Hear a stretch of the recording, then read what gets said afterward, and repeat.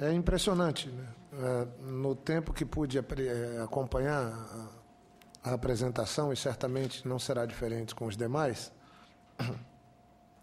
como nós temos uma situação que dificulta a vida nacional, que afeta o setor mais importante hoje que nós temos, da economia brasileira, e não se faz disso uma prioridade. Então, acho que a subcomissão, essa audiência, ela nos ajuda muito. E são situações que nos deixam muito preocupados. Eu fui relator do Código Florestal, do Código de Acesso à Biodiversidade. Como disse o senador Hildo, tive a oportunidade de ser prefeito de Rio Branco, capital do Acre, por 4 anos, governador por 8. Sou engenheiro florestal, técnico agrícola, e não entendo alguns recordes que o Brasil busca ter. Por exemplo, também um dado importante, assim, nós estamos sempre disputando o primeiro lugar no uso de agrotóxicos. Também. Mas o duro é a dependência desses insumos que são tão fundamentais para um país que quer disputar com a Europa um espaço, primeiro com a Europa, um espaço mirando os Estados Unidos, que está muito na frente do ponto de vista da produção de grãos, por exemplo, né? Mas eu não sei se ainda tem esse número, o senhor deve saber, mas eu acho que toda a produção de grãos nossa, acho que não bate a produção de milho dos Estados Unidos, não? Do ponto de vista de tonelagem, ficamos abaixo, né? São números astronômicos os nossos, mas também quando a gente olha para a produção americana, ainda está muito longe. Por isso temos que primeiro mirar a Europa, que, mesmo assim, é uma situação ainda distante.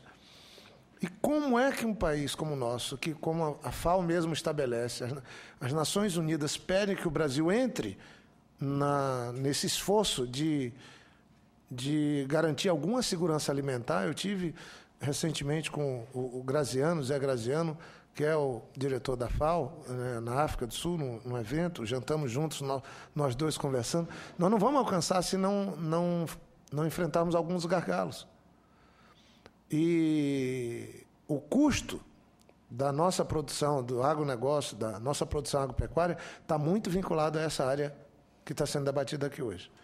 Então, você não explora, não estabelece política de melhor uso do que nós temos de reserva, de nos fazermos um produtor ou, quem sabe, um exportador de fertilizantes, por exemplo, e aí viramos um dos maiores importadores. Com isso, é óbvio, tem um custo muito elevado e faz com que a gente tenha um problema de competitividade. Mas eu vi também na explanação que, além disso, é muito localizado onde a gente já tem algum avanço no uso de fertilizantes também. Ou seja, a gente tem uma desigualdade muito grande. Quem trabalha com agronegócio em algumas regiões já está precificado dentro de um avanço de produtividade bastante interessante. Mas outras regiões do país ainda nem iniciaram. Meu estado, outras regiões, é um problema ainda grave. Ou seja, a gente está num descompasso muito grande dentro do próprio agronegócio, dentro da própria produção agropecuária. E eu associo a isso também, eu fiz um paralelo outro dia, é interessante como toda a produção do agronegócio nosso, a gente não para pensar, mas a gente usa muitas espécies exóticas.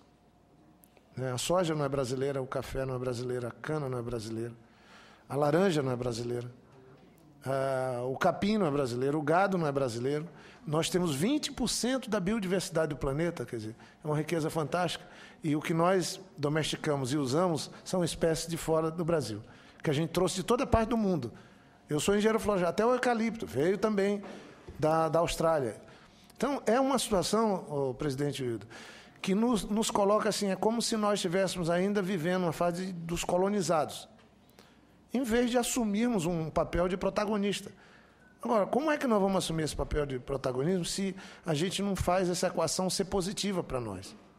Eu sei, e eu acho que assim, está passando do limite. O Brasil não tem uma política adequada que tire esse entrave do papel da burocracia, como bem colocou o senador Hildo, para que a gente possa ter políticas estratégicas de consolidação da exploração de fertilizantes no Brasil, de fazer com que haja um programa intensivo para que se democratize o acesso do uso de fertilizantes, quer dizer, nós temos muito que crescer vertical e horizontalmente. No nosso caso, a gente tem problema nos dois lados. E se quisermos seguir avançando, porque tem um outro problema. Quando eu fui relator do Código Florestal, nós estabelecemos um limite.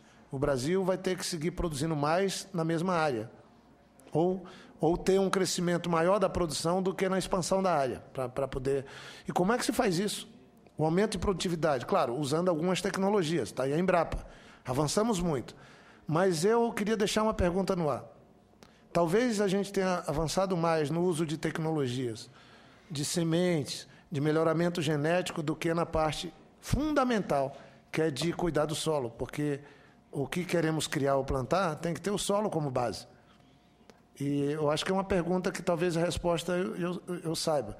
Quer dizer, para melhorar a nossa produtividade hoje, claro que se seguirmos apostando no técnico científico, ainda vamos ter melhoras, né?